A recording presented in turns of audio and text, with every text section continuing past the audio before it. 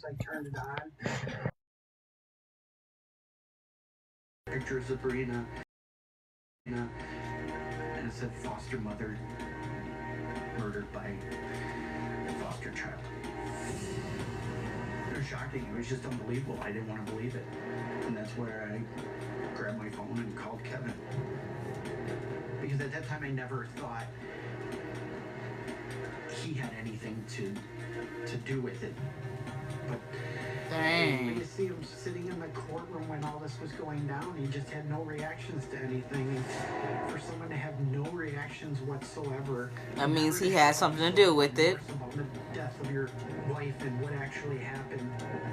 It's just, yeah. If I had to choose the one word, it'd be soulless. Yeah, but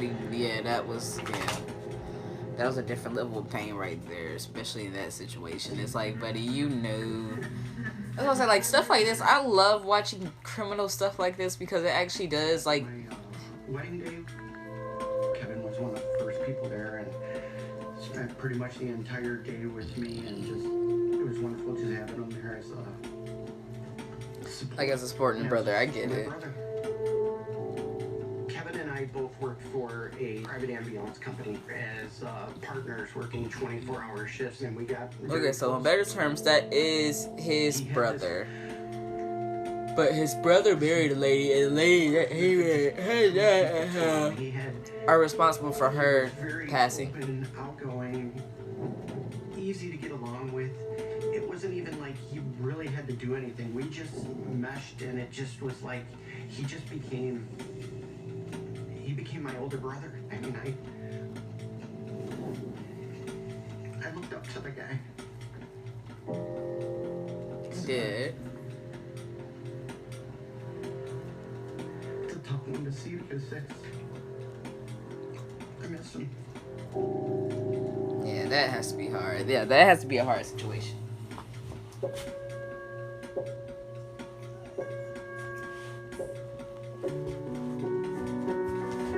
Right off the bat, he knew this was going to be the one.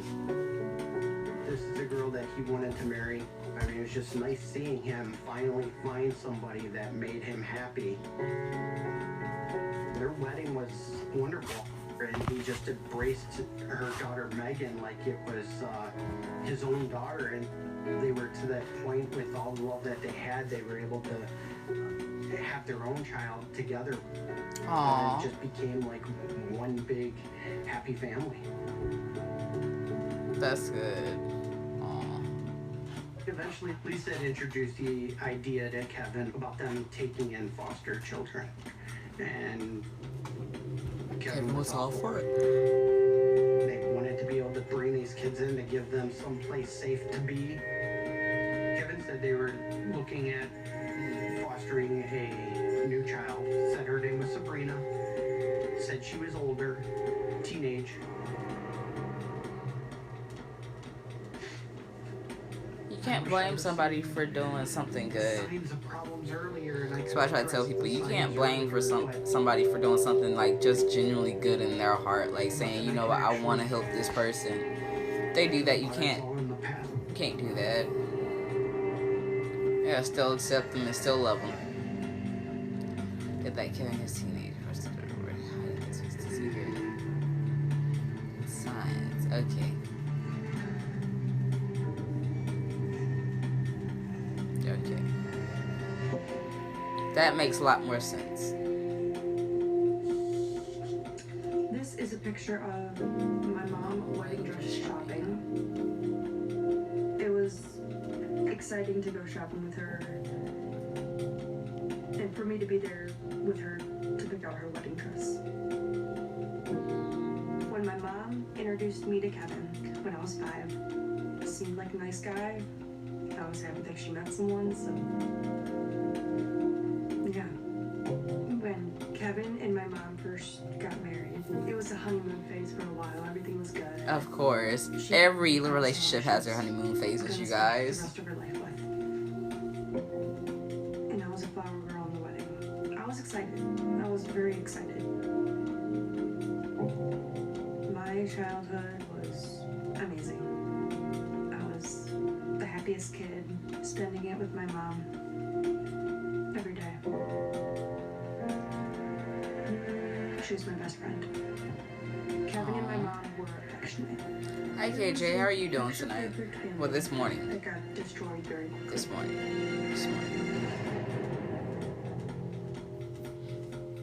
Yes, everybody that is up, how are you guys doing? Okay, so she was 11 when Sabrina came to the house. She was 11 and Sabrina was 16. This photo is of me and Sabrina hugging. We were always doing each other's hair, like sister stuff. We would hang out a lot, do stuff together. Sabrina told me that she was happy to finally have a loving family and a home to begin. I called Sabrina Bree. I was excited because it was like I would have an older sister that I never had. My mom made her feel very everyone was happy and all the good stuff is good. I can't stand looking at photos of her. I can't stand hearing her name, anything about her. Can't stand it.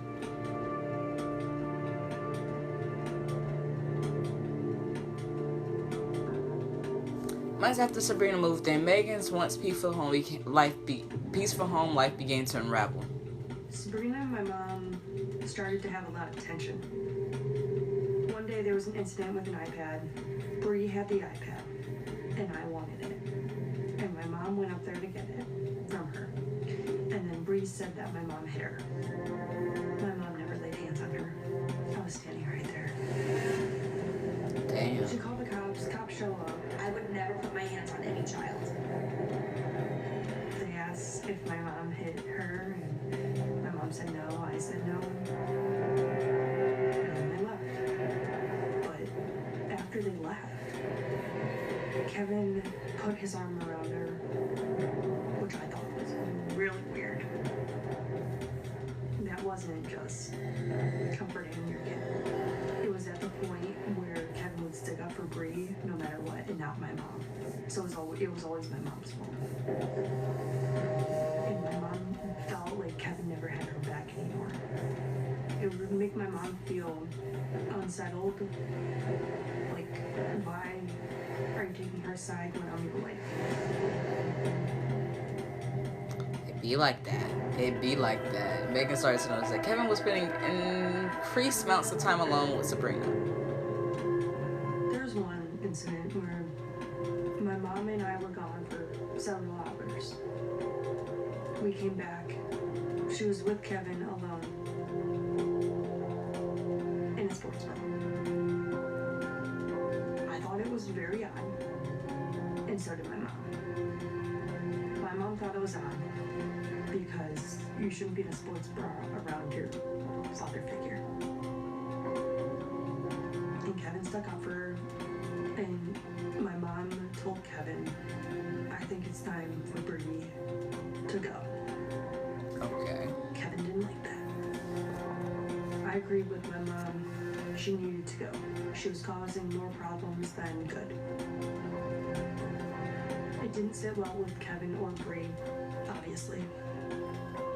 Never in a million years did I think that what happened would happen.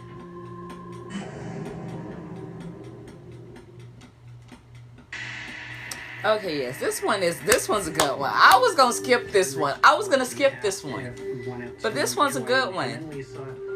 At their campsite. This one is actually a good one, you guys. This one actually dives in a little more onto a whole different story. And it was wonderful. All the kids were having a blast. They're just getting to play and interact with each other. Okay. But Kevin and Lisa on that trip didn't seem their usual fun-loving selves. There seemed to be something off between them. Yeah.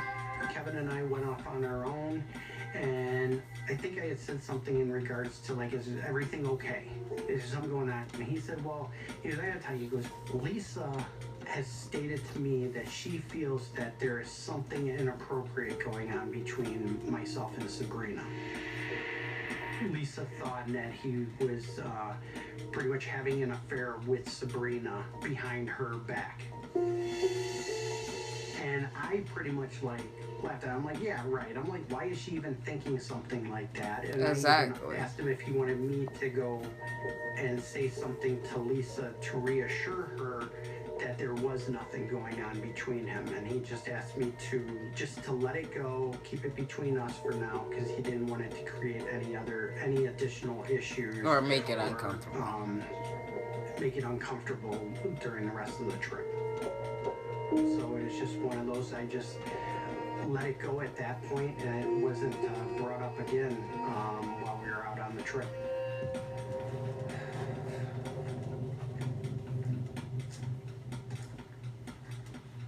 I realized something. Shows like this actually show you, like, this is like really human life.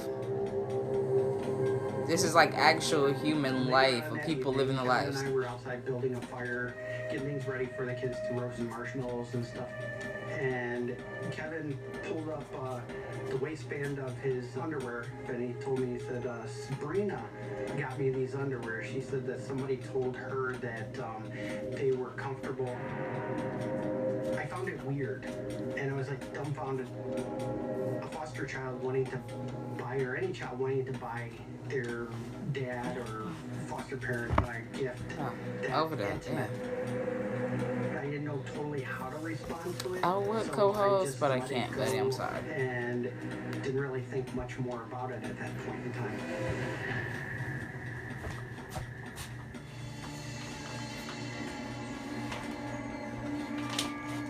It was the next morning. Kevin and I were up and we were preparing breakfast for everybody. Sorry. And Kevin. Hi, Adriana. How are you doing, beautiful? One of the things Sabrina said she wanted to start doing was she wanted to start modeling. He goes, so I started taking some pictures of her to get her like headshots and pictures for modeling. And he pulled up his phone and started flipping through pictures of Sabrina.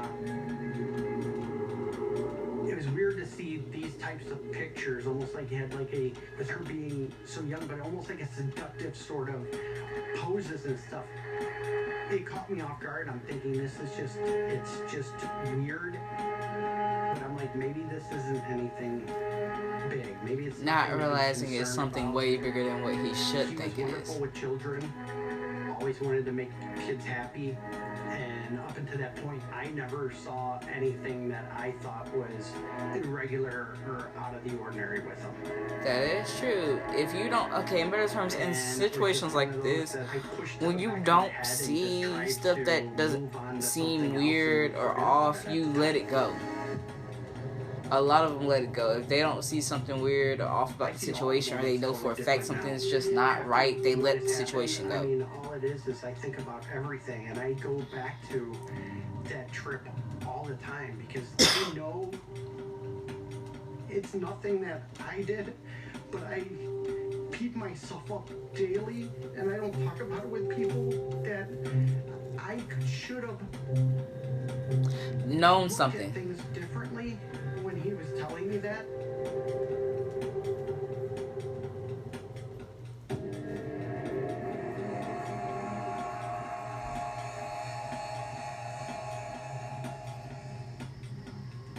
So before Kevin left for work the night of the 15th, Bree and Kevin were whispering to each other.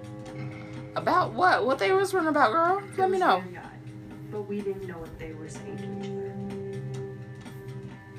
I went to sleep around 9. They were whispering. Was right next to mine. Her phone was blowing up.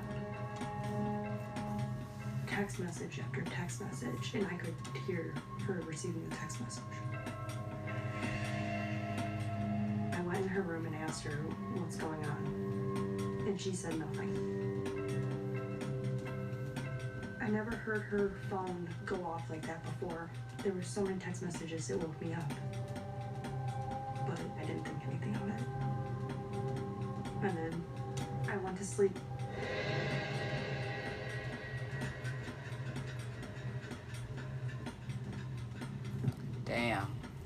The morning of November 16th,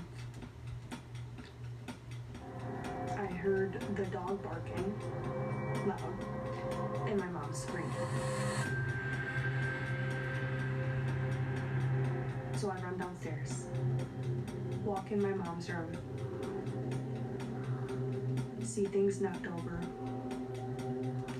and Bree stabbing my mom to death. Okay, yeah, that was sad. Alright, so in better terms with this situation, you guys, it wasn't even a situation that was supposed to happen the way that it happened, but it went off, and I can understand why the dude is so upset.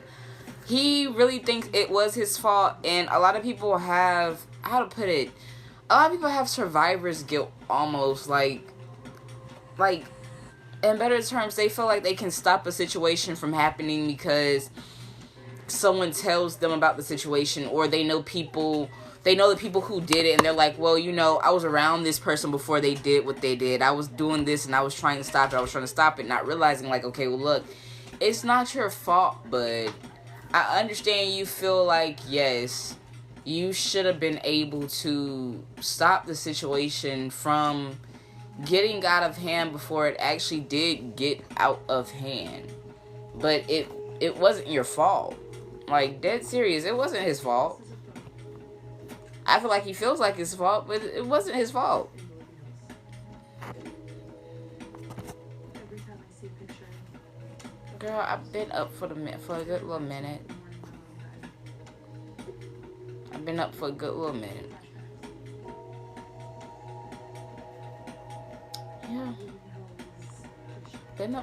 minute. Been on live. Still trying to make extra little funds ups and stuff. You know. Got $8 towards the goals. My face looks swole. But yeah. So I'm up early, trying to get some funds. Got $8 towards the goal, and I'm happy. I look different for real. I'm happy y'all noticed me. He's out right now. I'm up.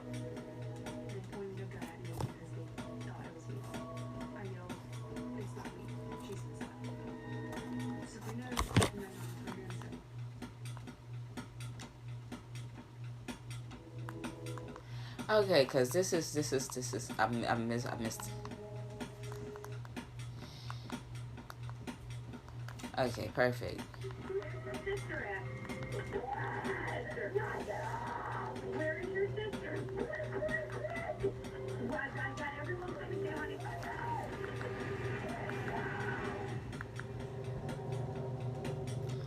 Okay, yes, I can understand it.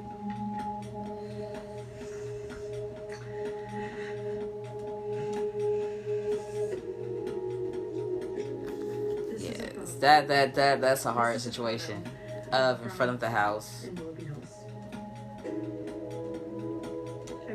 That has to, I'm sorry, that's a different level of hurt, because now a lot of people don't understand with TV. Okay, how to put it, with TV series like this, what they do is they actually bring the people in. They don't only bring the people in, but they actually basically rerun the entire situation for them, so they can actually talk about it from their own, like their own personal view or aspect of the situation.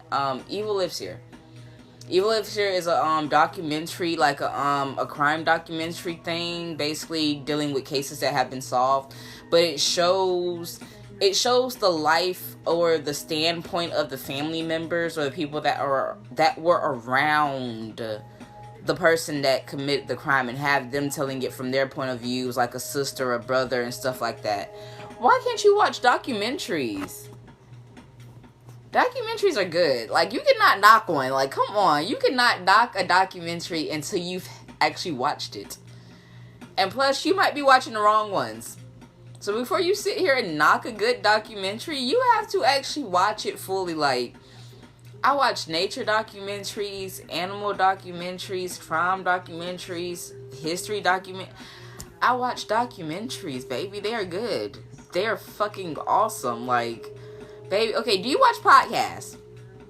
If you can watch podcasts, You can watch a documentary and think about this. Now think about this. Think about this. Just think about this. If you can watch, and hear me out. Hear me out. If you can watch reality TV, you can watch a documentary. It's the same thing, just a little different. Yes, you can. You got to give it a try. Let's go with no. It's not that. It's not enough going on in documentaries. In reality, it's not. This shit hit different when you know it's a true story. I don't watch TV. I mean, yes, but how to put it? Not all true stories have bad endings. Like, a lot of, how to put it? A lot of, Evil Lives Here, a lot of them, you don't actually see the victims in the case talking. But when you do have Evil Lives Here where the victim actually can actually talk and express themselves, where they actually did live, how they overcame the situation, how they knew the person, all of this from their own standpoint, and they were the victim, it hits different. With a lot of these TV series, a lot of reason people don't like watching crime documentaries is because you don't want to have to know that, okay, yeah, I'm getting to know this person on such an intimate level that I don't know, and now I have to know that this heinous crime, sadly, was committed against this person, and now the person that I've got to know, I have to know that this heinous crime was committed against them and all this stuff. Like, I can't watch that. Like, that's sad. That hurts. That hurts, knowing that I done got to know this person for who they are as a person just to have all this other stuff coming in. So it's like, I can see why a lot of people don't watch documentaries on a certain broad scope. I can see that. I can honestly say I can see that. And there's nothing bad. It's just a lot of people gotta understand it's different. It is different. It's something different. It's something very different.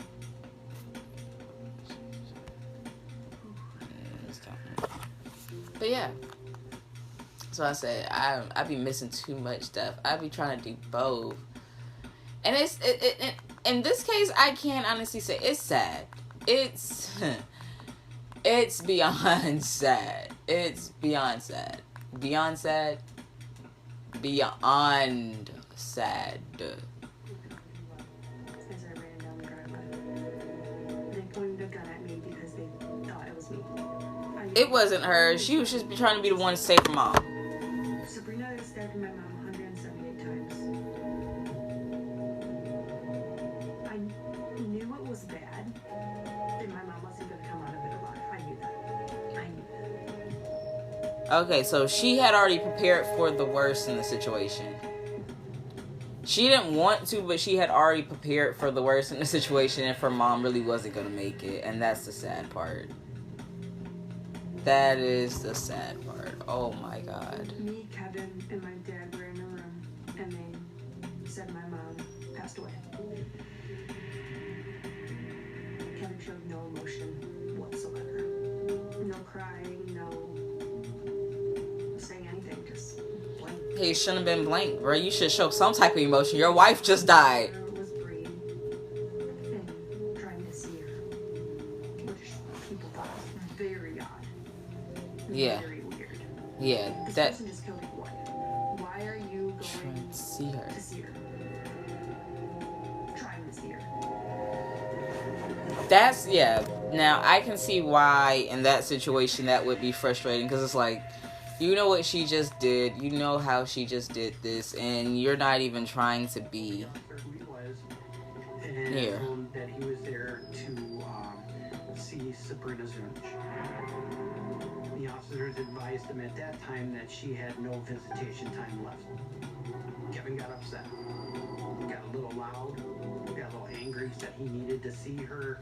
I had to pretty much... Buddy, you need to be seeing your wife. That's the thing about it. In this situation, I can understand why everybody got pissed off. Your wife just passed, and you're trying to see the person that actually did this to her instead of saying, I want to see my wife. Give her this message. And he took a piece of paper out that was full folded up. They slid it to the officer. The officer took the note, said, no, we cannot give this to her. We're not allowed to give any notes or anything to her. Yes, people are up. People are up. Hi, that short maniac. How are you doing, beautiful? Yeah, Buddy was Buddy was on a different trip. This is sad. This is sad. You can tell he feels like it was his fault, and it wasn't.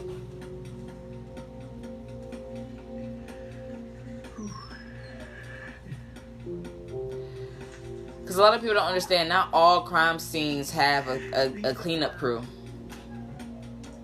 Pictures of Kevin and Lisa's room where the murder took place. After the murder took place.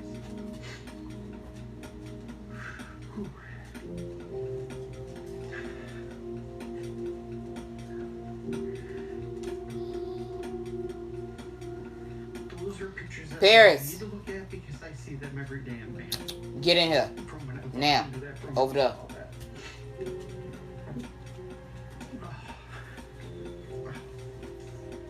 Yeah, sit down.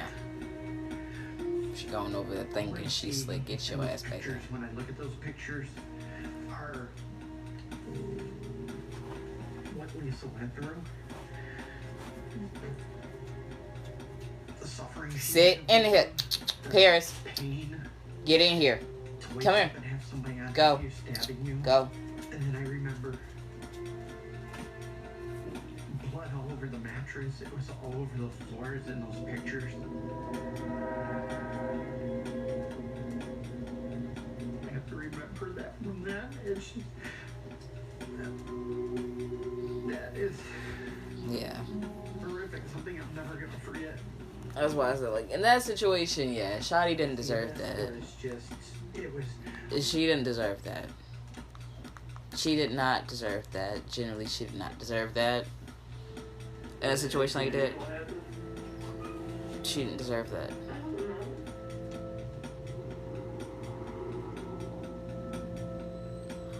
They've never seen the footage.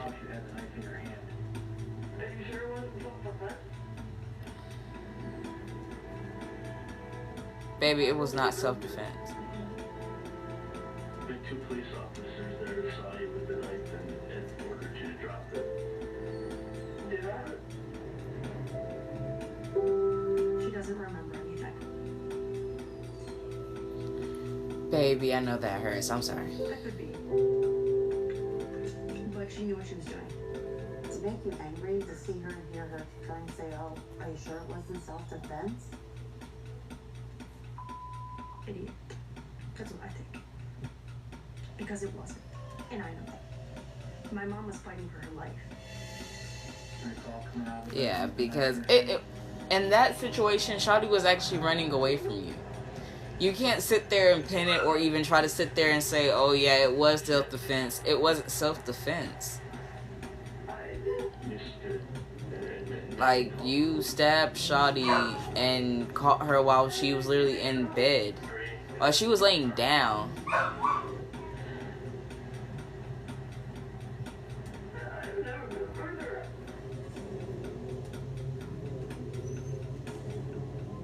There's no way she didn't know what she was doing. Sabrina, for the longest time, said it was just like everything went blank and she just went in there and she went into this rage and started doing this. But then I found out later that their youngest daughter was in that room and then ended up being in the closet. So Sabrina had to have gone in there, taken the youngest daughter, and placed her in the closet first, and then go back and do what she did. That's not somebody that blacks out and doesn't remember exactly what they're doing.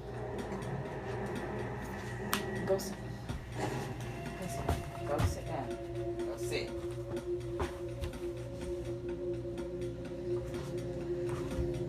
There were over 900 people at my mom's funeral, and they were hugging me. Half the people I didn't even know. The fact that Sorry. my mom She doing too much. had an impact on that many people. She doing way too damn much right now. Kevin's demeanor at the funeral, No She emotion. keep trying to go out there, and ain't no reason to go out there. No reason to go out there, no reason. Next to a family friend in the front. And Kevin getting up to speak and saying, pray for Sabrina. Which was really odd. Everyone raised their eyebrow about that one. She just killed everybody. In here. I was informed by some people that were directly involved with the case and everything that Kevin, that morning, he had already contacted Lisa's job and was inquiring in regards to her life insurance policies that she had and survivor benefits. It's like, who does that kind of thing? I don't think I could have comprehended to do anything like that. That would not have been a first call. And that, when you're hearing that, it's like, why? And then My goddamn stability. there was an investigation. Go sit the hell down. Sit down. Shit. Not have been a first call. And that, when you're hearing that, it's like, Doing too much. and then Oh, I found way out too that there was an investigation by the high school in regards to noted inappropriate behavior between him and Sabrina when he would come pick Sabrina up from school. At that point, I knew the detectives were actually looking into him, so I decided to go to the Willoughby Hills Police Department myself and speak to one of the detectives. I on mean, the yes, case. you can speak to one of the detectives on the case. And hi, Kane Moonshot. How are you doing, beautiful? Everybody that is in here, how are you guys vibing out today? I see we got 6 people in here. Everybody that's in here, how are you guys doing? Are you gonna talk to us about the situations that led up to what happened? I talked to Detective Roberts with one of the interviewing about work, which I thought was probably a pretext. Okay. But everybody knows where she was. Well, we never got to talk at length about.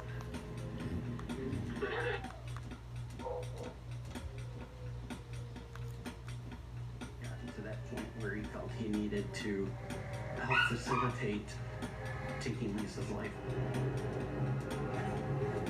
I never saw any problems between him and it was just hard for me to believe that he would actually do something like that. He needed Sabrina to do this, and his way to get her to agree with it was to paint a pretty picture about we can live happily ever after. If we get Lisa out of the picture, if we do this, we're gonna get all this money. So, in better terms, the father set it up. And then we can have our own little family. And He she believed set that up. at the time and decided to go along with it. I don't think there was any intention of that he was gonna follow through on all that. It was just soulless for him to plan that and to come up with this kind of idea of something to do, thinking that was the only way out of it. Yeah, Buddy thought he was... Hell yeah. Buddy thought he was gonna get away with that. Buddy really thought he was gonna get away. He stole everything. Buddy really thought he was gonna get away with that. Like, no, you planned out the whole situation. Planned it out, since he... When you asked me to tell my story, I really didn't want to. I wanted to keep the memory in the past and just leave it alone and let it die. And for a long time, I've been scared that what my father was like in my blood. I shared his name, but I have tried my whole life not to be like him. That's understandable.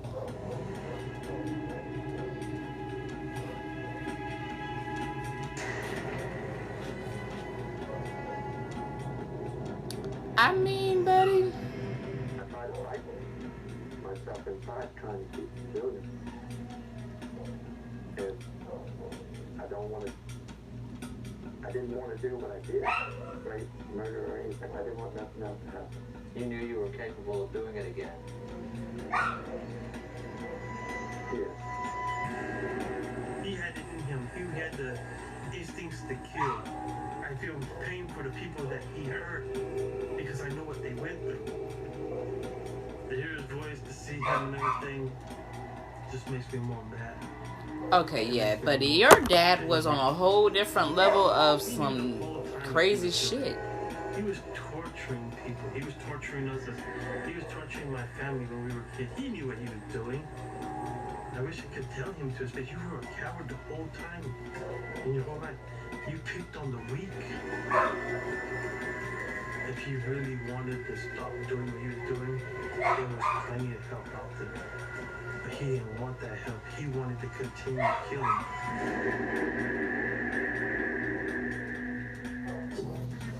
I don't know. I don't think he wanted to continue killing. I just feel like he didn't know how to not do it. I don't know. Your dad looked. This one looked interesting too. I see my future tormentor, the future abuser of my mother, and my brother, and my sister. Shut up. I see the future killer. He outside barking. He inside barking. A person or a family like that did look this normal create such a monster. It makes me wonder, where did it all start from? When in his life did he become the monster that he was? Baby, it don't just come or start. Daniel never knew the depth of his father's depravity. But there had been signs. I hate when they do this. Like, they always put on this one, but there had been signs. Like, stop it. Stop. Just stop. Stop. Stop it. My mom and dad met in a bar in Mexico. My mom had 2 kids, a boy and a girl. So he started bringing things for his kids to learn that, he was going to, basically help her change her life. They could come live in the States and he was going to adopt them. I mean, the story that he told her was anybody would fall for it, and anybody would want that to change their life and to improve their life and to go to the United States and becomes, a citizen. Like an actual citizen. The good life. But that's not what it was. Yep. Buddy tricked her.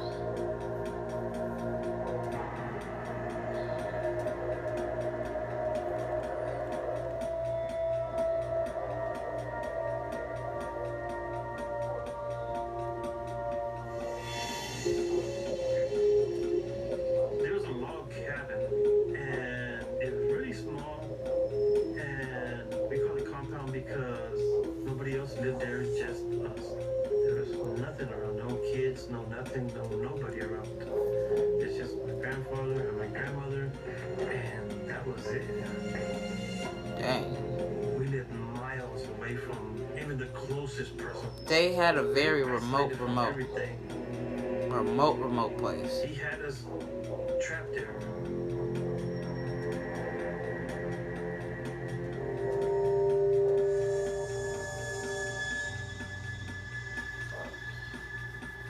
Yeah, cause like if you're in a remote place where nobody's near you. Words. Never said I love you. He never tucked you in. And we're always like walking on eggshells when he's around. One day my brother was sitting at the table and he was full and he didn't want to eat no more. And my dad just went around and just backhanded him and hit him. I remember feeling fear, or like frozen fear, because I didn't want to be next. And my brother's crying, so my mom went over to protect him, and he hit her too. Because she was babying him. She said, stop babying him. They gotta learn to grow up to be a man. At that time, I felt like this was the normal family. No, that is not the normal family. The father was the evil person. And No. the mother was the loving, nurturing, caring person. No, baby. That's not how I had it to is. grow up fast. And if I didn't grow up fast, I wouldn't have survived.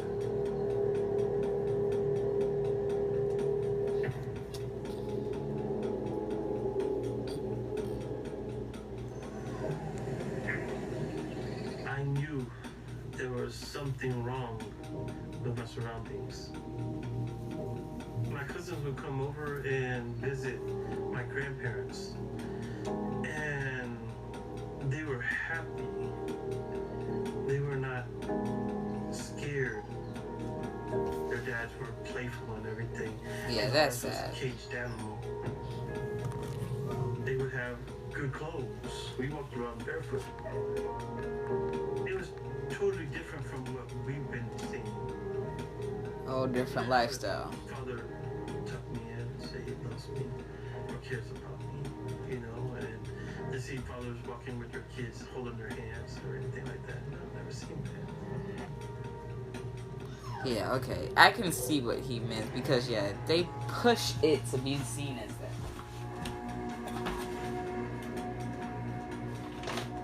The abuse was my father started slowly, and it escalated. But how are you guys doing tonight?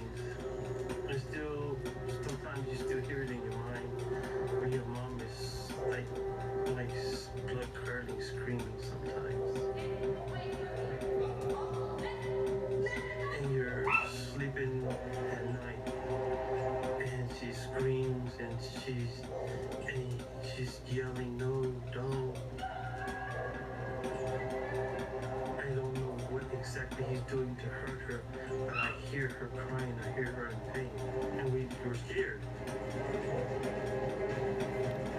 And we're over there crying, but crying quietly so he won't hear us. Then you see a moment of busted lip.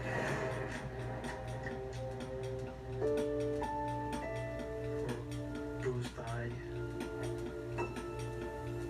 Or a scratch on her neck. It always sticks with you. You always remember it every once in a while. You always felt the helplessness of it. It's really hard to see your mother go through that. It's upsetting and it's painful and it's angering because you don't have the power to stop it.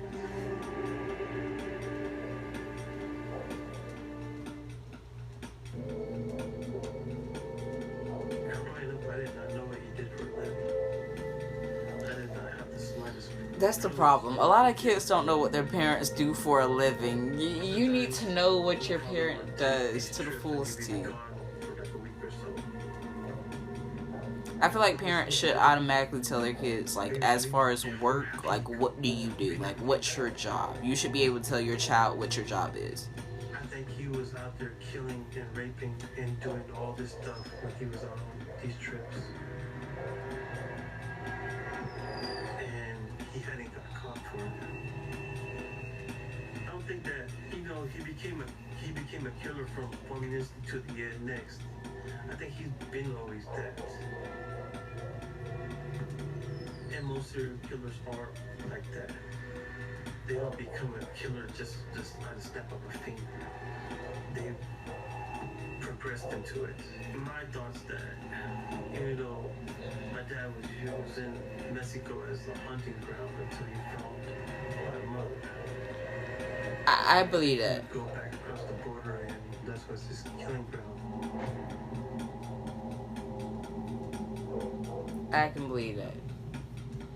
I can believe that one because, how to put it, you went over there, found out your mom, got married, had kids, so I can be like, well, I'm a perfect family man. You would never know.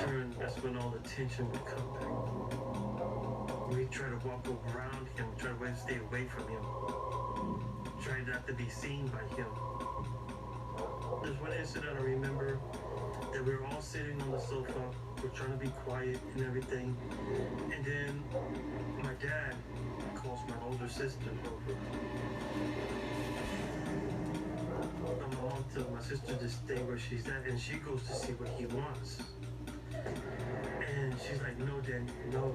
And then he starts hitting her. And he drags her by her hair to a closet, throws her in the closet, shuts the door, and puts the chair in front of it so she won't be able to get out.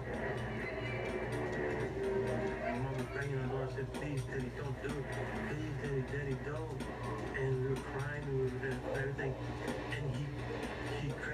exist.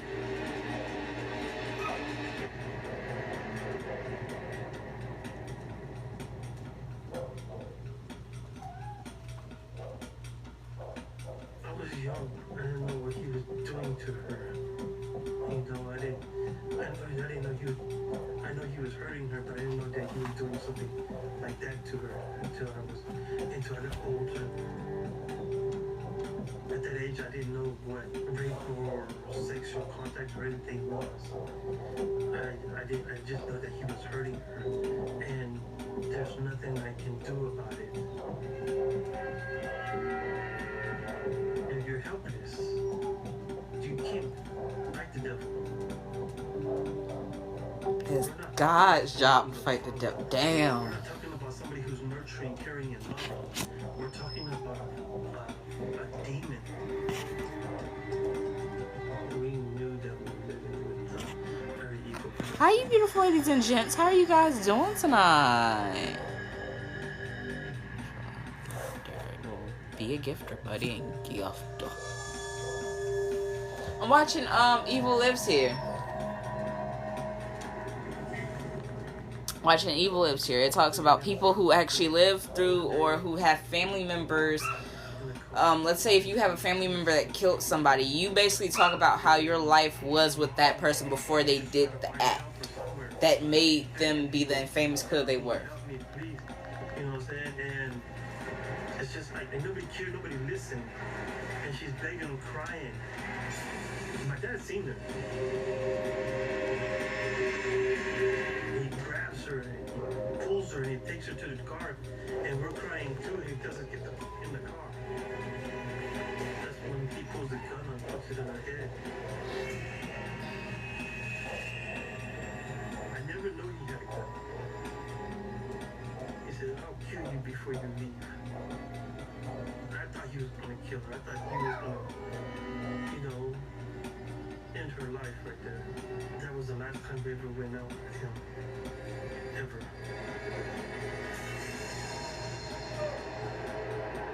I don't know how she survived all this, what happened to her. Because that was a lot. That was more than anybody could handle in their life. You know. Baby, she was strong.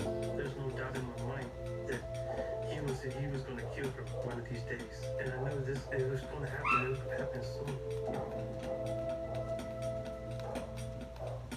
Yeah, your daddy looked scared. Your daddy looked crazy, but I'm sorry. I respect everybody, but your dad looked crazy. She's doing everything that he wants her to do, so he would be happy. But in reality, she was looking for a way out. One Sunday morning, my dad went with my grandparents to church. And my mom, she uses the phone. And she comes back and she's throwing stuff in a bag. And there was a car waiting at the end of the road. I had no idea what was happening. Yep. She got my... Please tell me she made it to the car. Tell me she made it to the car. I hate parts like this. I think I was around 7. My brother was around 6. She said, I will come back for you. And I told her, Mom, I know, go. She said, I will be back. I can't take you with me. I will be back. I said, Mom, no, don't leave me. You know? But, see, how do you say it? I know she had to go. I know she had to leave because if she didn't go, she would die. I understand that. I didn't understand it as a kid. And she got in the car and it drove off. I felt abandoned. I felt like she left us here with this monster here that, you know, that God knows what's going to happen to us when he gets back.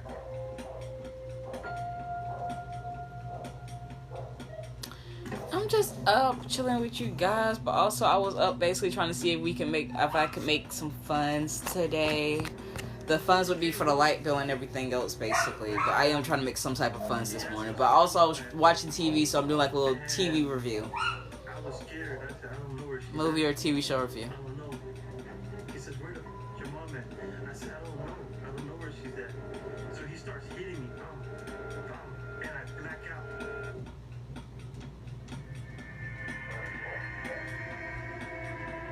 And I wake up. I don't know where I'm at the beginning. I'm in the back of the trunk of the car. And the trunk is open. And I can hear like a shovel. Like somebody digging, and I see him digging a hole. He thought he killed me, and he was gonna bury me that day. I said, Dad. And he looks at me, and it's just like, oh, he's alive.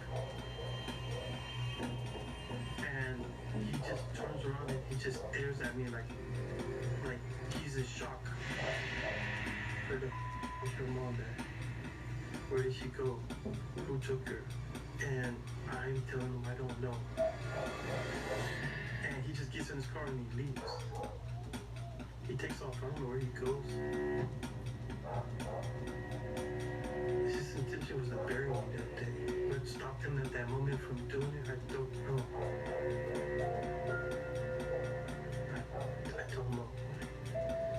I don't know what came into him. Did I shock him into reality when I woke up? And I run that scenario in my head millions of times. And I ask myself that same question. Why did he let me live? I don't know if it was an act of God. I don't know what stopped him from doing it. That's a good question. I know that I regret.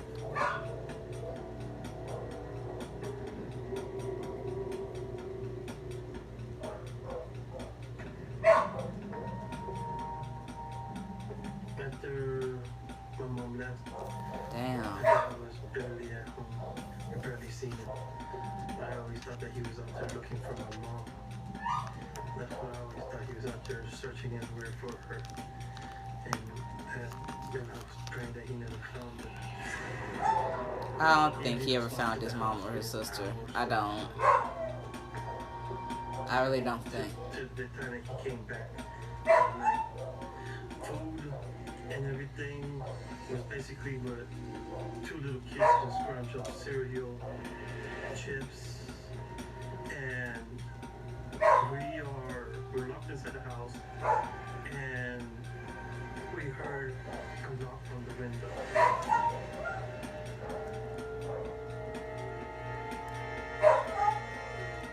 And we go and we look at the window, and there's my mom.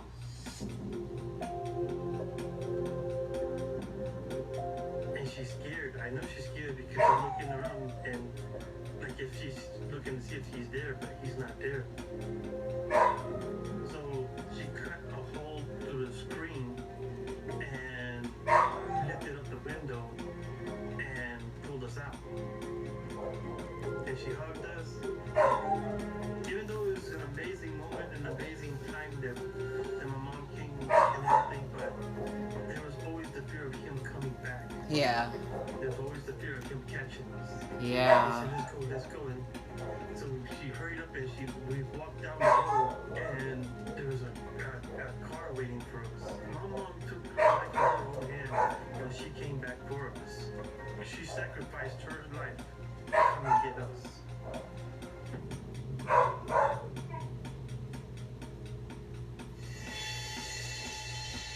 Damn, I hate men, bro. I hate this shit.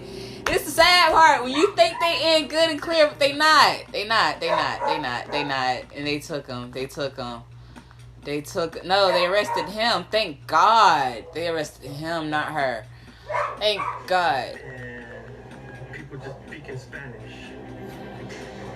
And my dad yelling and behind us and everything, trying to stop us.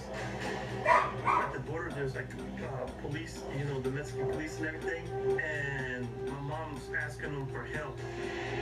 He was gonna kill her. I know he was gonna kill my mom.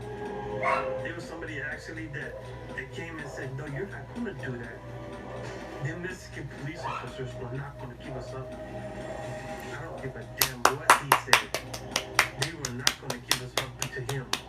And they got on his ass that day. Period. Mexican police did their job. Mexican police did their job. Relief, we're free. Woo. Yes. Clock it. He said, I'll come back for you. I'm going to get you.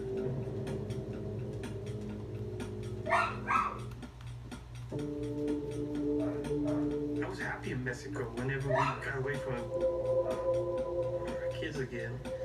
We were climbing trees, we were playing with other kids, we were swimming, they were actually having fun. The street. As long as he was not there doing what he did to our family, I didn't care. Y'all were actually happy. You know, we didn't have that much, but we were finally at peace. That's sad. I'm sorry, that shit is sad. One day my mom came and told us that we're coming back to the United States. My father was in prison. That means he couldn't come after us. And I didn't bother to ask her why. I didn't care. To the people that want to know, why didn't I ask questions as to what he was? Because I didn't care. I didn't want to know what he was. I didn't care if he was alive, dead, or whatever. I just knew that he wasn't coming after us. And other than that, I didn't care. I didn't care about him. I wanted him completely erased from my mind and my memory. Sorry, I had to get him to be quiet. Damn. That he was a killer, a murderer. Fucking just shut up. It was nothing shocking to me because I as a young kid, I already knew that it was in him. As a young kid, I knew that he was capable of doing too much. It ain't that serious. It was not that serious.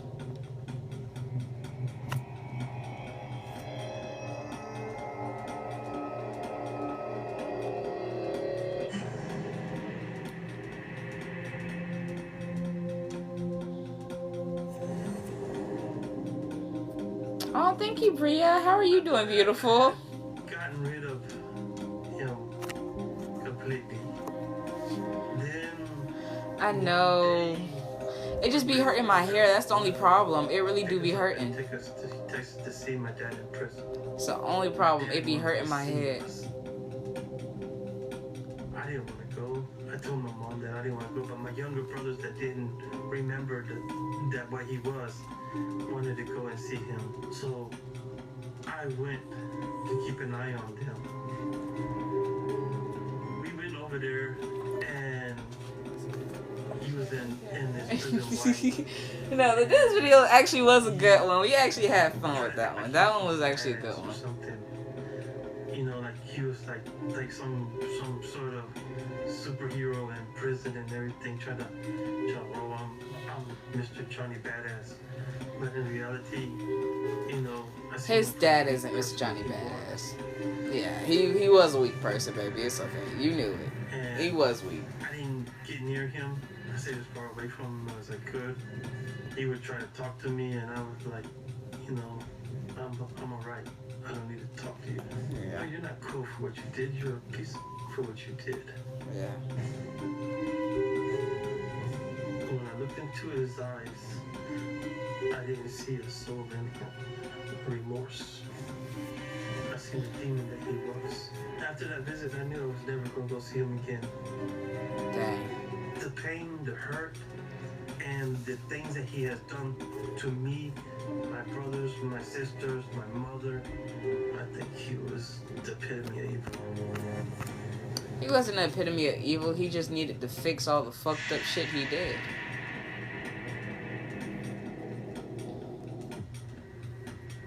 He's never heard of the details?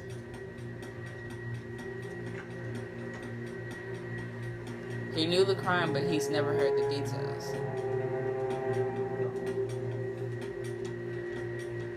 This is him, 1984. You see the killer in his eyes.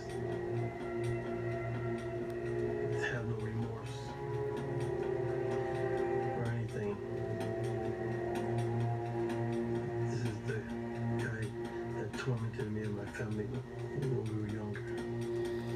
Dang, that's sad.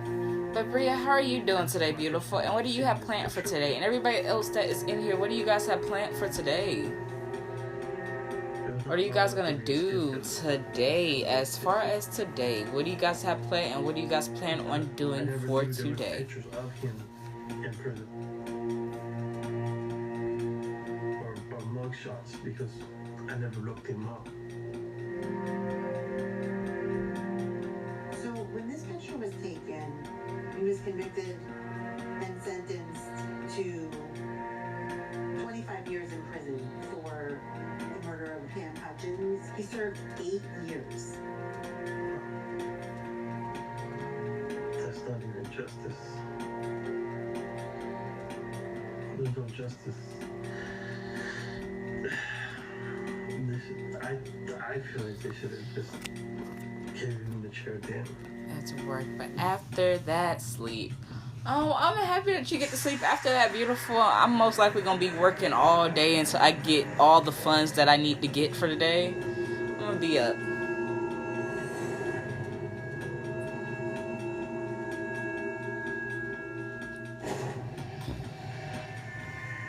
But yeah, I'm up. I'm up late night. I don't know this person. This is Inez Dayton. She was killed by your father in 1979 with an ice pick. This is the first time I've ever seen this photo. I didn't know he killed her. I'm sorry that he killed her. I have no words to express, you know. Yeah, cause that's a different level of hurt. Cause It's just an animal. It's an evil person. That gotta keep pushing. Damn, you not supposed to show him the interrogation. Interrogation can come later. You're not supposed to show him the interrogation. That we're meeting with you is regarding the murder of Inez. Hi Bree, hey K Moonshine, hi I Don't Like You, hi Adria, hi JJX, hi Annie, hi Alicia. With that event. Yes, sir. Okay. What I'd like for you to do is to tell me everything that you recall about this event. My day so far actually going good. My day was good. Sitting in the house. My day was good. In the living room, and a tall, blonde-haired woman come through the door. I immediately grabbed her and pushed her down to the ground. I can remember strangling her and using a knife because I could see blood on the side of her neck, and took her out and dumped her body, and then I left her and went back to the house. What prompted you to attack her? Yeah, ID go, ID channel. I don't know what was going through my mind at that particular time. Yeah, but I'm watching the ID channel.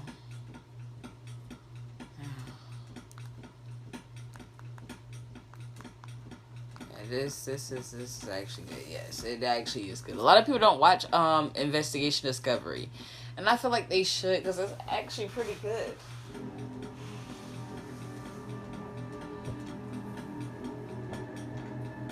On my way here, I felt nervous. One of the things that makes me not want to speak out is judgment. And it comes from me being young and dumb. I have a daughter that's the age that I was when I met Michael. And I think about her and other young girls that just want to be loved and don't notice the signs. You think it's love and it's not. And sometimes it's hard to recognize that.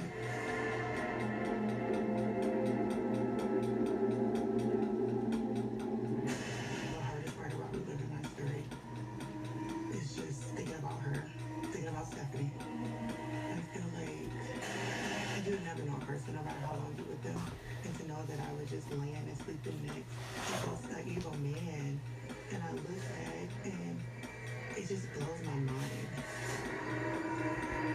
Who was the man that I was sleeping next to at night?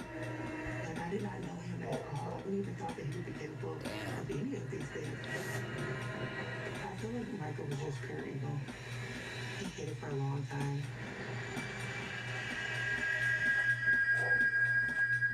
But the one thing I do hate about ID channel is what they do is they show all your mugshots.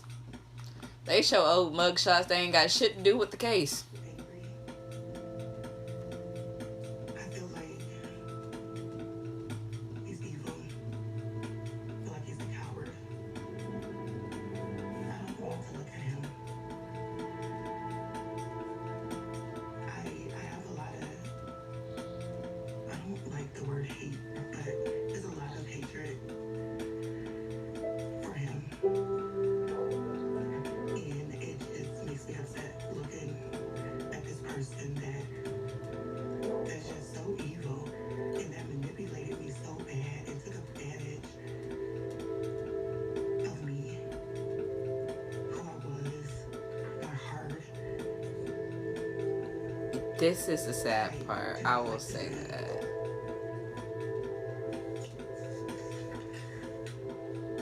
I be wanting to know more. Namika never thought the man she chose to spend her life with would turn into a killer. But there had been signs. I hate when they do that, like I said. They always say, there had been signs. The sign. What signs, bitch? Some of these motherfuckers are A-grade people. Our sisters and all this other thing. I feel like my mother didn't love me. My father was never there. It was a lot of chaos growing up in my mother's home. So, I mean, that played a big part in my life. And still today, because at the time I met Michael, I was 17 and he was 6 years older than me. The day that I met Michael, I was walking to the bus stop because I was on my way to work. And me and him got to talking and chatting. He was charming, nice, funny, and we just connected. He told me a lot about his childhood. I told him a lot about my childhood.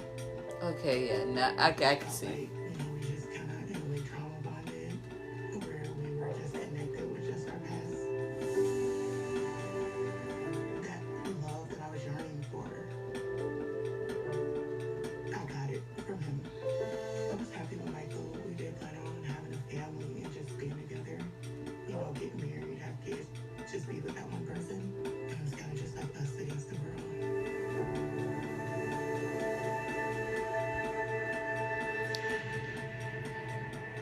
Looking back on it now, he knew how to manipulate me, and he knew how to just play on my mental and my heart, and that's what he took advantage of. But back then, I just felt like, oh my God, this man loves me to death. And then that's what made me so blind to everything.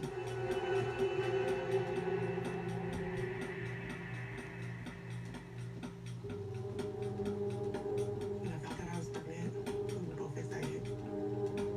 I felt in that moment, man, I'm about to have somebody that's gonna love me unconditionally no matter what. So it was a good, happy time for us. The day my daughter was born was a little hectic because my mom was there, and Mike always had an issue with my mother because of the things that I was telling him about my childhood. So it was happy that everybody was there, but he also had an attitude. And the argument started between them. Michael was screaming at her. Just for it to get that far was just shocking to me. So I was really upset about that.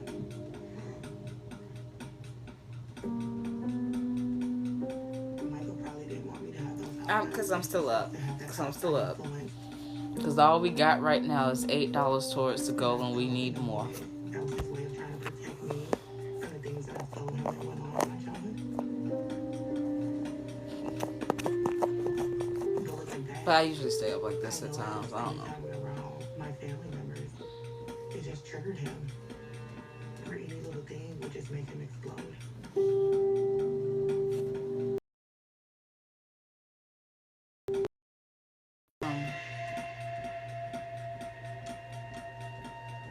Yes, I am.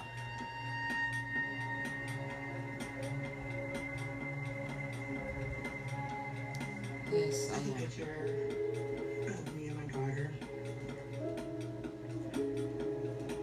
When I look at this picture, I just see the innocent me. I want to be happy me. A naive version of me. I look so happy in this picture. Having my daughter was kind of the best thing that ever happened to me. I was just happy to have somebody that I can just love unconditionally. And I just always knew from the start that I was going to be just the best mother to her. I should have realized that it's not going to be that happy family that I wanted. When I look at the picture, I just feel like this is just a little girl that just didn't know no better.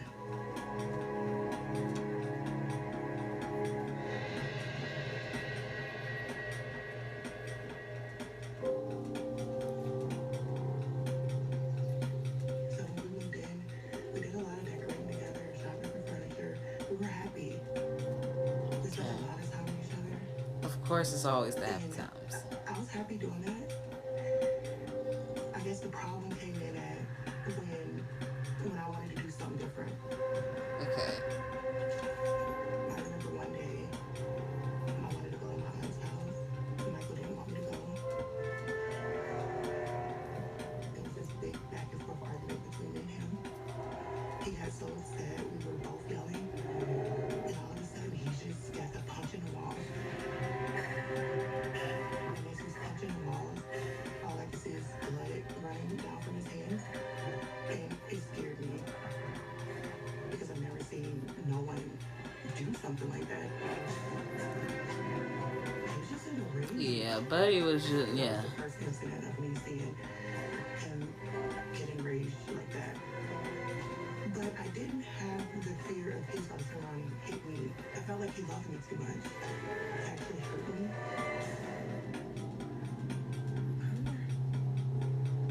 I was concerned about him. Was he okay? In that moment, I thought that I would just stay with him to make things better. If that was triggering him, let's just eliminate that problem.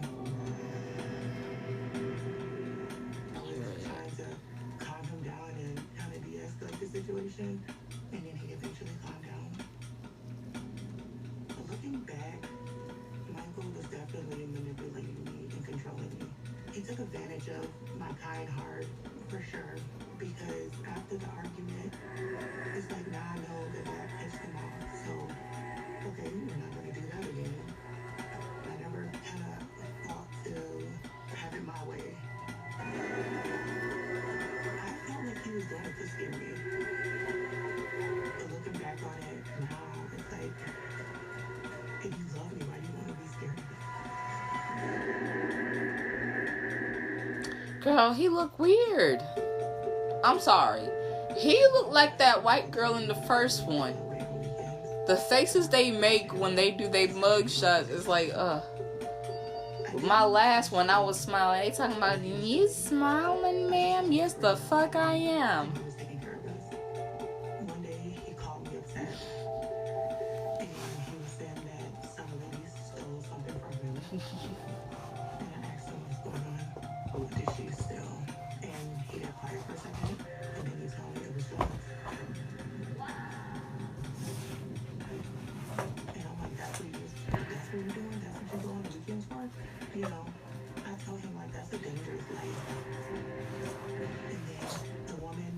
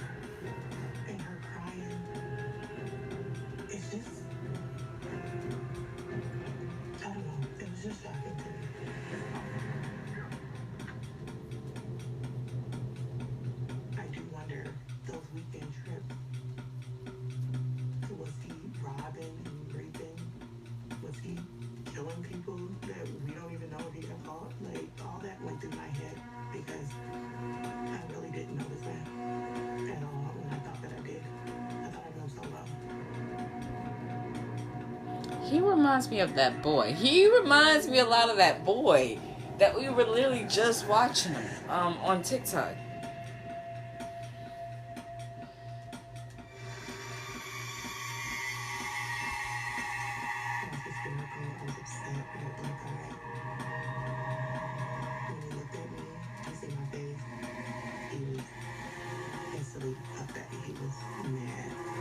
Hey, they hurt my bitch. Hold up. They hurt my bitch. Hold up.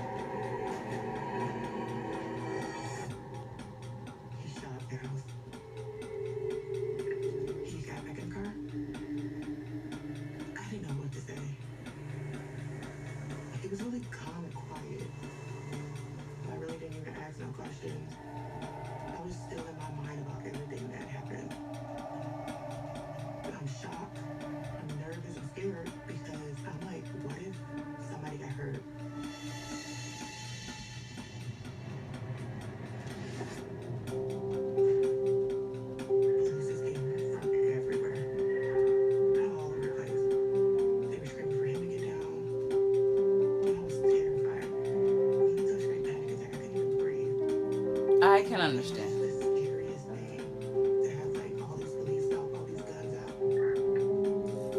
Yeah, dog.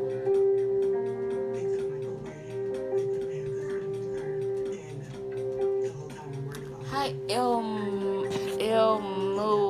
Mom Olive. How are you doing? Hi, Nunu. I was trying to say your name right, beautiful, but how are you doing?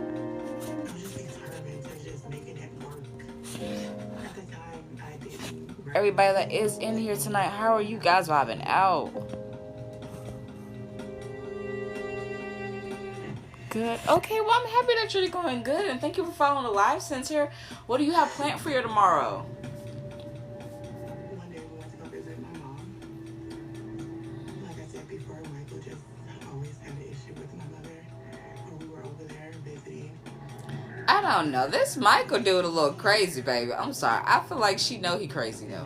What led to them having an argument. And they were going back and forth. At that time, I'm like, it's time for us to go. Just chilling. Okay, I see you. I see you. Hi, Go-Go. Well, I'm happy that you're just chilling. Everybody else that is coming in, I hope you guys are doing good. For me, I'm trying to actually just get the funds up. He told her that he didn't like her.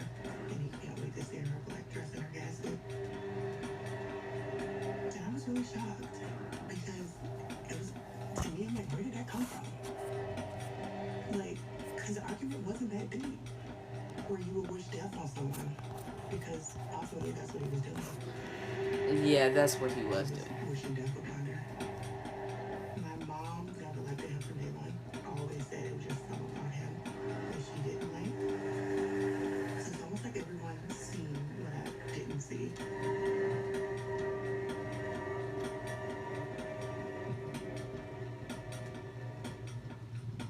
Thank you for the heart me. We got 2 daily heart me's. That's good, you guys. Everybody else typing in. Come on, sing y'all daily heart me.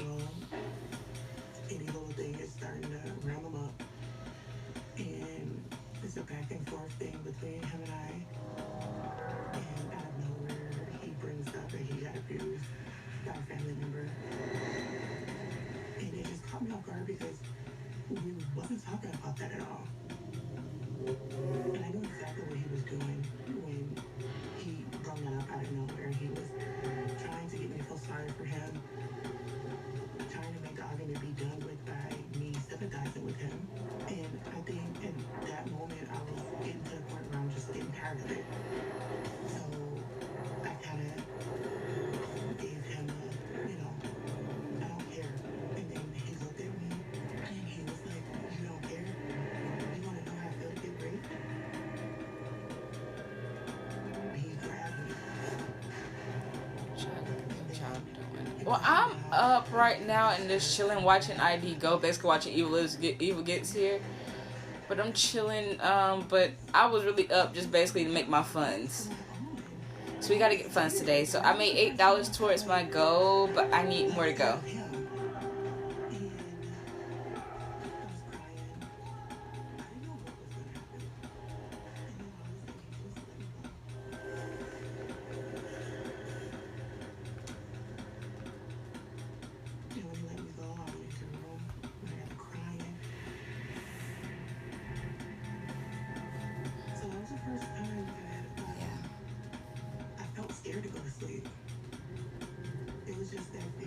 No, it actually is getting really good. Y'all have Venmo. We have Apple Pay. We have Apple Pay. We have Apple Pay, Cash App, PayPal, Zelle, Chime, and the GoFundMe. We have all of those. We do not have Venmo, sadly. But we have all of the other ones. Do you have any other one of those? Do you have Chime, Zelle? You have Apple Pay, PayPal? So we have all of those too. It's hard, right? Yeah, I gotta take a break though.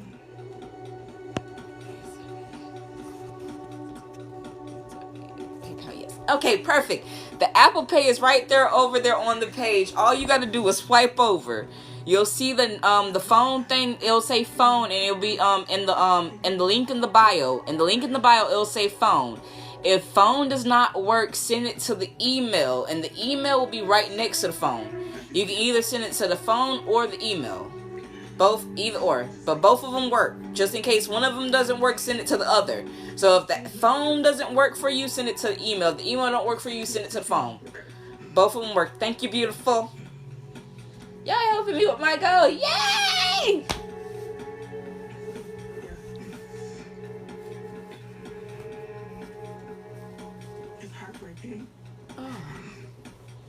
She is beautiful, though. Y'all need to see this gorgeous black lady. This gorgeous black queen. It's okay, baby. Take that break. You deserve it. You've been through a lot. Couple of dollars on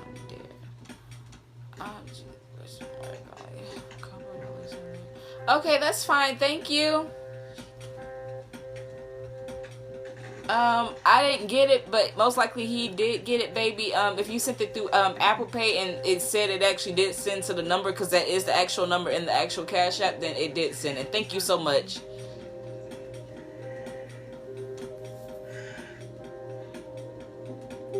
Like I said before, I haven't allowed myself to really feel any feelings about the situation. So I have a lot of built up emotions. I haven't really agreed to the situation. So when I talk about it now, this is something I don't talk about.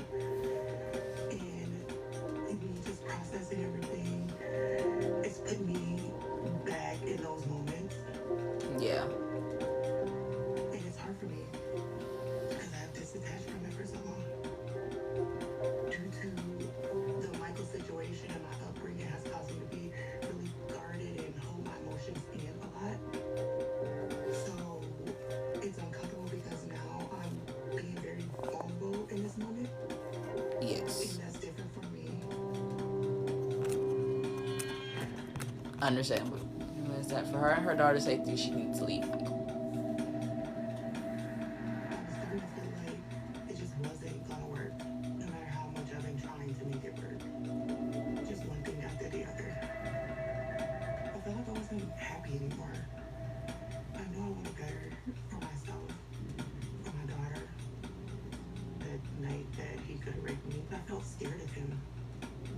And I never felt scared of him. And the fighting was just getting worse and worse, and it's just like, I never wanted to live my life that way. Michael? Okay, thank you. Most likely he is. When I was gonna leave, he just went crazy. Yeah, it's either that or he went to sleep. Things in the house, throwing things around him through the whole apartment. It was chaos. When he was doing that, I was in that corner just looking at him. I really didn't have anything to say. I feel like if I said anything, it was gonna escalate it more. And she stopped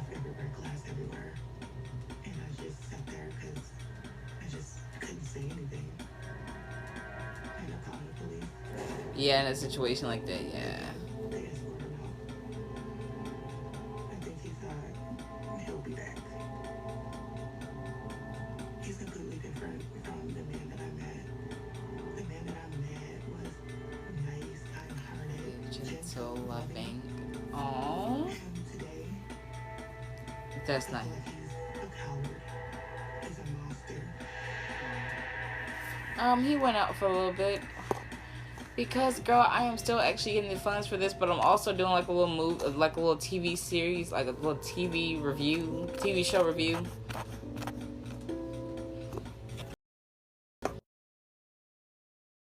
I'm finna go to sleep in a few so I can at least get some type of rest, though. Gotta. Evil Lives here. We should get back together and have another chance. And I told him like I'm done, and he kept on asking. So I kinda said it in a real stern tone, like I'm done.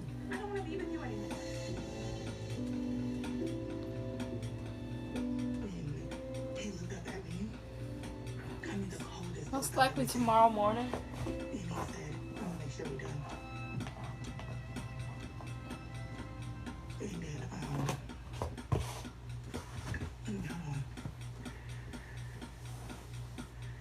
Most likely tomorrow morning.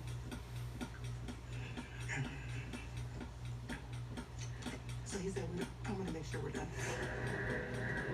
And he grabbed me. Yes, And choked me. And I am by myself. My feet kicking. I'm not really thinking about anything. I just remember my feet kicking and kicking and kicking. And then he threw me on the floor. He grabbed me by my neck and he was like trying to like. No, sometimes twist it good. hard, like, to break my neck. And when I looked up at him, it was like nobody was there. He's gonna come back. You have to beat him up for me. Like time was moving so slow. Like, And yeah, sometimes it is good just like, you know, to get like a little time by yourself. It doesn't hurt. Because like really, I was trying to actually get the money up for like dog food and stuff. He did get dog food, but I still want to get money up to replace the money that he spent for the dog food. But also still get at least $10 up for my ID so I can get me an ID too. screaming and crying in the background. I just hear her crying and screaming and screaming. I believe her crying snapped him out of whatever evil that was happening in that moment. And all of a sudden, he let me go. If my daughter wasn't there, I do feel like he would have killed me. To this day, I feel like she Okay, I said got that. would have killed me. To this day, I feel like she said Okay, I got that.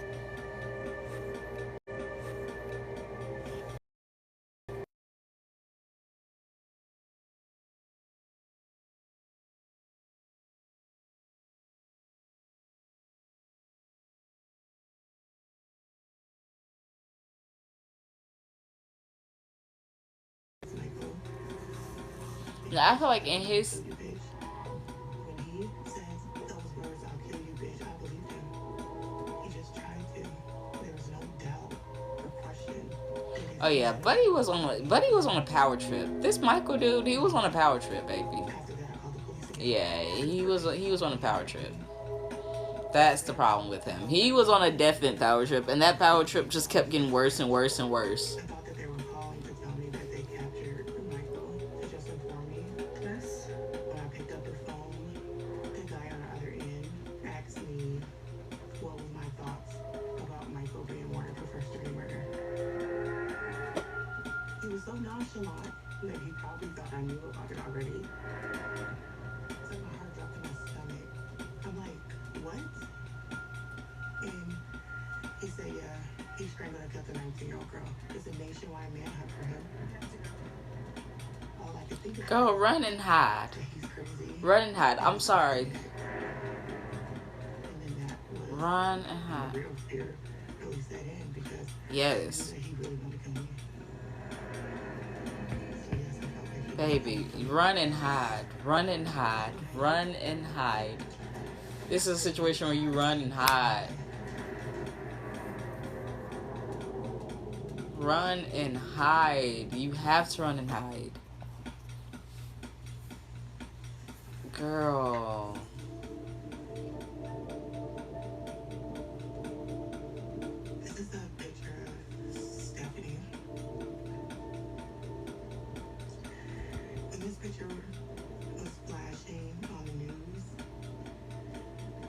she resembled me a little bit. I kind of seen that innocent me in her.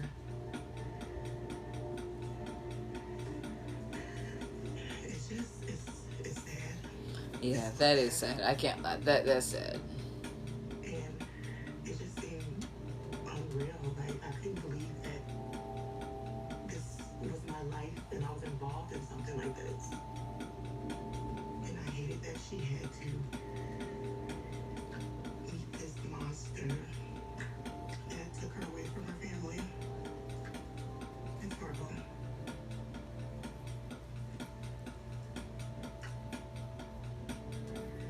Yeah, that's a different level of pain. Michael on the run. Mika feared for her life and the life of her daughter. She stayed with her aunt and uncle for protection. That is smart. Her staying with her folks for protection is smart. I definitely felt alone and by myself throughout that whole situation. Yes. Because it was kind of like this man is just, he can do what he wanted to do. Sadly, yes. It does seem like he can just do what he wants to do. You know, walking around with knives to try to, feel safe in their own home. I just hated to see that. I kind of felt like a burden a little bit, like I'm bringing all of this into their lives, disturbing their lives in a way. But I also was scared about what he's capable of doing and would he come back. I remember me crying and feeling like I'm so young, like this is my life, like this is my life. I'm supposed to hide the rest of my life. It just got to the point where it's just like, this is the time for you to choose me. And for me to choose me and feel safe and be able to live my life, he needs to be off these streets. And that's when I called the U.S. Marshal and I told him that I can help them find him. So, throughout our relationship, he was a mama's boy and he would communicate to her everything. And I knew she knew where he was.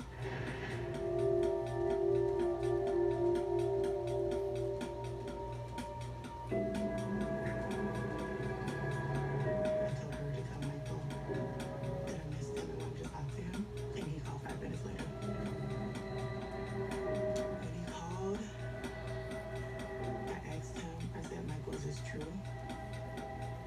He didn't really say anything. I said, Michael, why would you do this? Yeah, he didn't think she would know. He said that I couldn't kill nobody that I love, so an innocent person died because of you.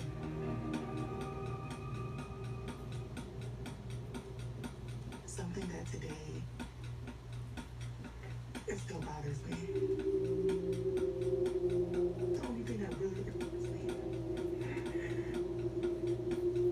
And I get really emotional at this part because when I hear myself saying this, I automatically think about her. Right? Because I feel like he didn't know her. My logic mind knows it's not my fault. I know that. But also the other part of me feel like he didn't know her. And I can't really even ever just say that part without having some emotion to it. I really detach from a lot of it, but that part always get me because I just think about her and just how innocent she was. She didn't even know she was probably in danger. Like he's taking it out on her. And I know now that he said that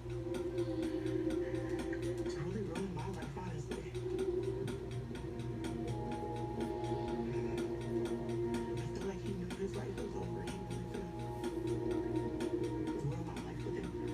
And for a long time, he used to just really eat me up so bad. Where I felt like that she died because of me.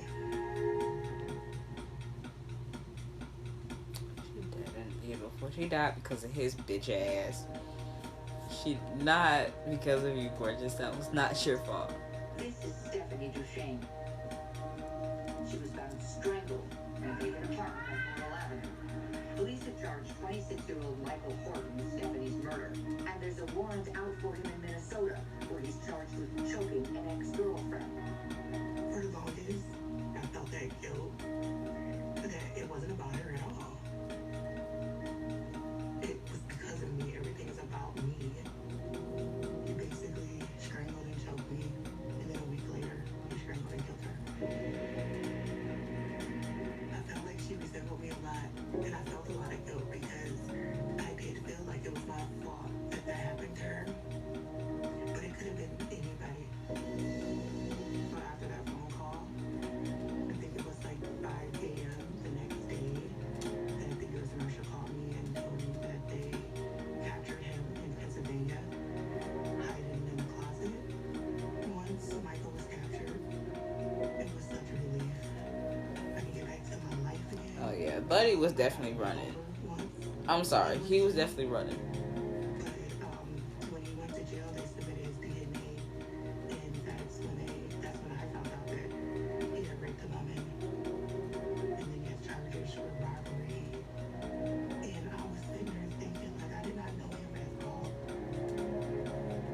What we had before, and that person I seen, that wasn't him. Michael was a monster to me. I don't see him being nothing else. That's exactly who he is to me.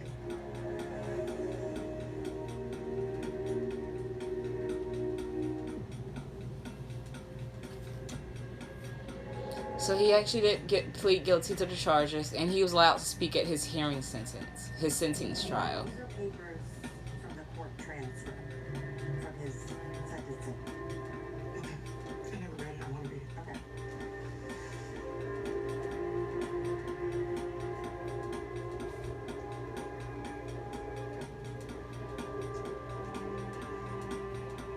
This is what he stood up. The court said, Stephanie didn't do anything to me.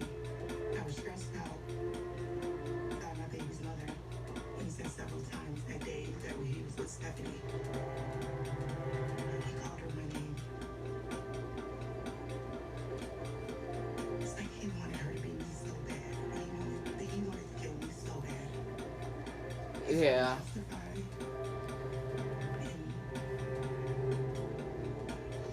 And You can't justify something like that.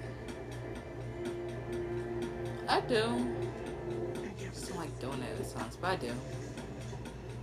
I'm watching Evil Lives here. And he said, like, I wouldn't kill nobody I love, so I guess the person died because of you. It's just like reading stuff about him makes me feel like he really wanted it to be me. Reading through his state. I'm not a drinker, and that's probably one of the reasons I didn't drink. I stressed myself out with my baby moms, and Stephanie became my baby mama. I was so stressed out and mad and drunk and taking all my frustration out on Stephanie. Mr. Lockett, you attacked the wrong one. You had the wrong... You stupid as I ain't never been sissy. The defiant. What did I do? What did I do? And all I ask... I'm not now for the family to forgive me, but in time, I don't think right now you would. You know, there's nothing I can do to bring Stephanie back, nothing. There's nothing I can say or do to make them feel better. I just want you to know that I pray for Stephanie and I pray for y'all every day, and I will continue for the rest of my life to do that. No matter what time I get, I will never repay Stephanie, but the thought of waking up and realizing what I had done will always haunt me, and I will continue to pray for her and y'all. Oh, I was saying I'm watching Evil Lives here. The manipulator that he is and the liar that he is, and he will say anything to get out of any situation. There's no remorse at all from him. At all.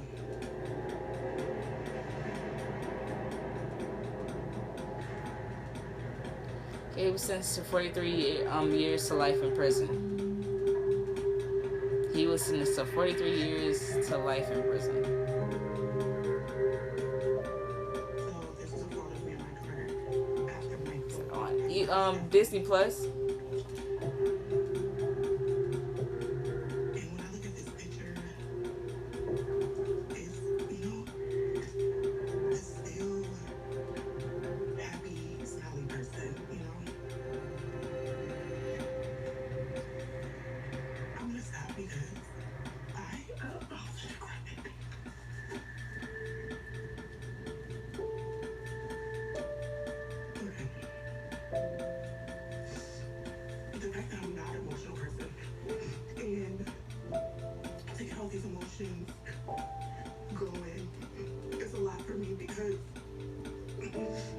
You're welcome, baby. I've been through a lot in my life and have not let things tear me down. So I don't deal with no emotions, really. I just hide them all. And when I looked at this, it was kind of just like the mask you always put on. It's emotional now, and I get so embarrassed about the emotions a little bit because I feel so weak when I do it. I'm telling, it's so fucking good. Like, I used to stay up and watch one after another. He's out right now. I'm up trying to make funds. I'm trying to get enough money up for my ID because my ID would cost it would cost me $10 to get a new ID. I'm trying to get funds up for that and funds up to replace the money that he spent on dog food. So I'm trying to get $30 plus $10 for my ID. So $40 in total.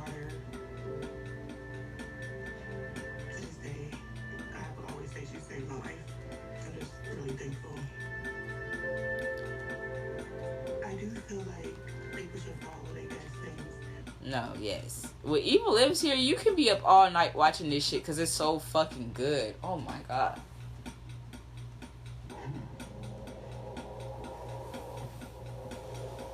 Yeah, this is the monster I know. This is who I grew up with. This is what he looked like, just a little bit shorter hair. No, beautiful. We are still working on the money for the water bill. We are still working on the water bill. Behind his eyes, there's no soul, not a care, only for self. I dealt with mental, physical, psychological, every abuse that an adult can put on a child. I dealt with, and from him alone. And it's almost like I can see the proudness, kind of. He's proud of what he did, almost. I can almost see that look in his eyes he used to get when he would come into my room. It's just disgusting. Just trash, garbage of the earth.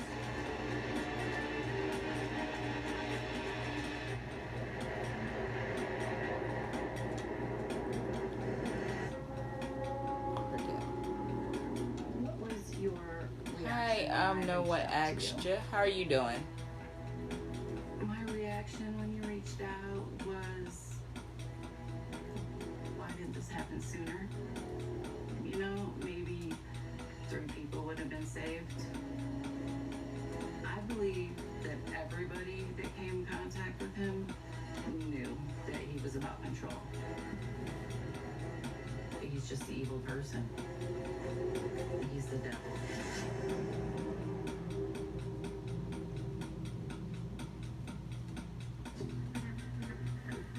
I'm sorry, when I look back on it, I realize women and men have had hard times. This was the building we lived in. My life before Robert, I would say, was a regular textbook family. All 3 of us, me, my mom, and my sister, were always super close. I was old enough to understand that my dad, who was in the Air Force, was out of the country, and he had been gone for a while, and she was lonely.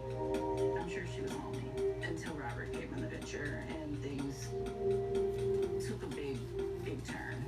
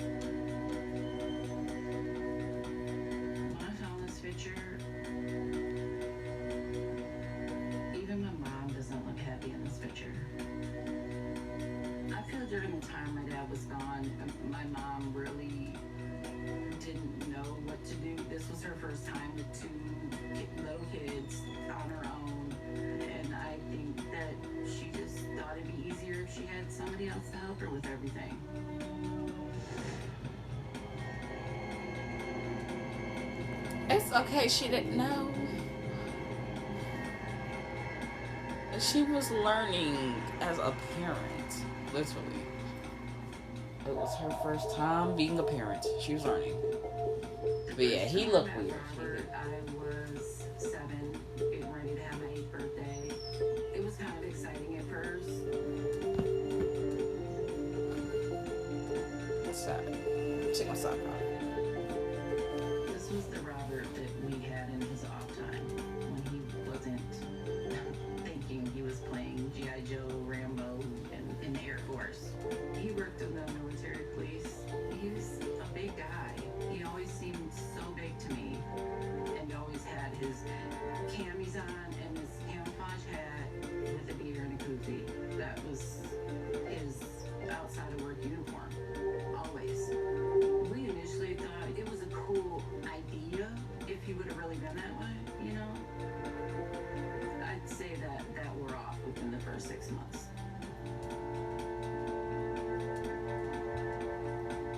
I would say their relationship moved rather quickly. He would just come on the weekends or, you know, a couple days. Yeah, too quick. He started being there all the time. It was so overwhelming for me. So overwhelming. He had set up a Target in our basement, and he would shoot our Barbies that we He's wrong didn't for that. play with, or dolls we didn't play with anymore. He had a blast doing that, which I thought was very, very weird. In our basement, he had a seat on the couch that was just where he sat. We had a coffee table that all his guns and all his cleaning products to clean them were always right there. He didn't need to have guns, and I think that was his backbone. It was more of him showing the power behind him than what he had, honestly. I had never been around that, so it was kind of, honestly. I had never been around that, so it was kind of scary to me. You guys. One day, I come in, open the door, drop my stuff, and run to the bathroom. Well, you guys, I'll be back on in a few. I'm actually kind of tired. I'm not gonna lie.